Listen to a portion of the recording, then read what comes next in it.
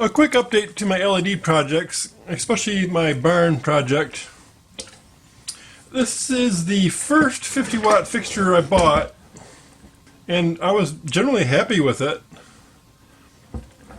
And I bought two more fixtures, bought a pair. Both of those died. They didn't last very long. This one is the second longest fixture I bought of this type with a gray frame and all. The earliest one I bought was a 35 watter, and that still works. It's been totally reliable. It has a good, pretty close to its power.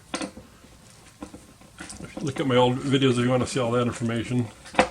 Whereas the 250s I bought last weren't anywhere near 50 watts. This one was a little closer. But finally this one died too. And I don't even know why I'm opening the front. There's not much to see in the front.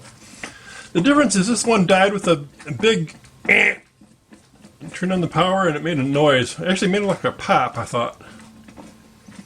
But anyway, none of them made noise before. They just stopped working. This one made quite a noise. So what I really want to do is look at the ballast. If I can leave those other two screws in for now.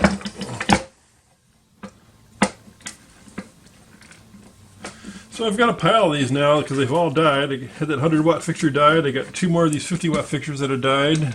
I got them all stacked up. I guess I'm going to try some of those ballastless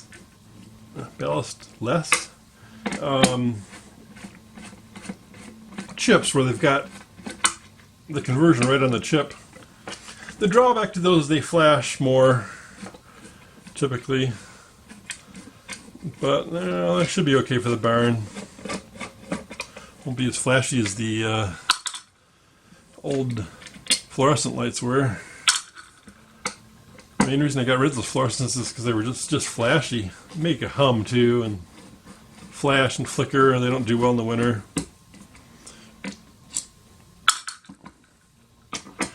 So yeah, it's just like I said before though, it's the reverse order of when I bought these is pretty much how they died. The last ones I bought were the worst. The first one I bought is still working.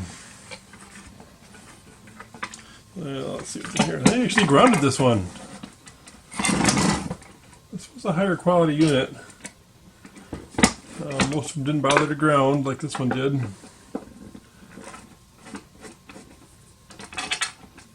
And you shop on something like eBay or especially Amazon, you just don't really know you're getting it from the same people again.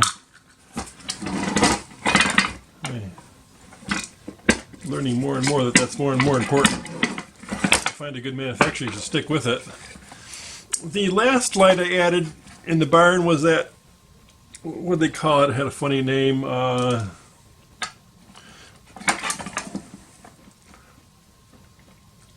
Wow, that's glued in good for just liquid glue. This is just silicone glue, but I can't get it out. Oh, did a good job this time. Yeah, so this unit was built with a little more care than the other ones were. I presume the noise came out of this guy, though. I wanted to see if it was blowing up or anything, but it isn't. It did make a noise, though. Look at the front real fast too, what the heck.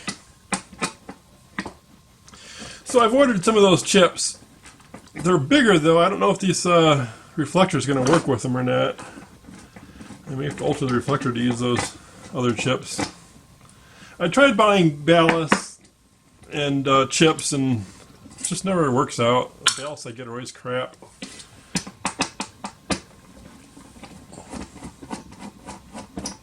I heard you can get Meanwell through DigiKey, but I guess I gotta look at the printed catalog because I sure don't.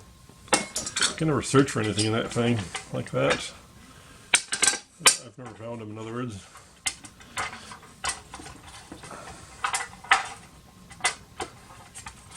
I know they are a Meanwell dealer, though. Oops. Yeah, these are only two screws, and I didn't even see those. So tiny. Wow, that's really tiny. Must be the same ones that hold the chip in. They just wanted to economize. Oh, they're tapered though. I don't know why they wouldn't want to pull a chip in with that. I hope not. We'll see shortly. Because that was the failure on a lot of these, is they just didn't mount the chip very well. Yeah, I only got 2 and they're tapered heads. But at least they used an adequate amount of goop. That's probably what saved it. But yeah, they only used 2 in diagonal. They didn't do all 4. The other 50 watt fixtures I had, the holes weren't tapped all the way. So the screws didn't really... Screws got tight without really holding the chip in tight. That's why they died. My other news is these 2 guys. I thought I finally found some lights that would work in my tractor, but they died. I couldn't take the winter voltage.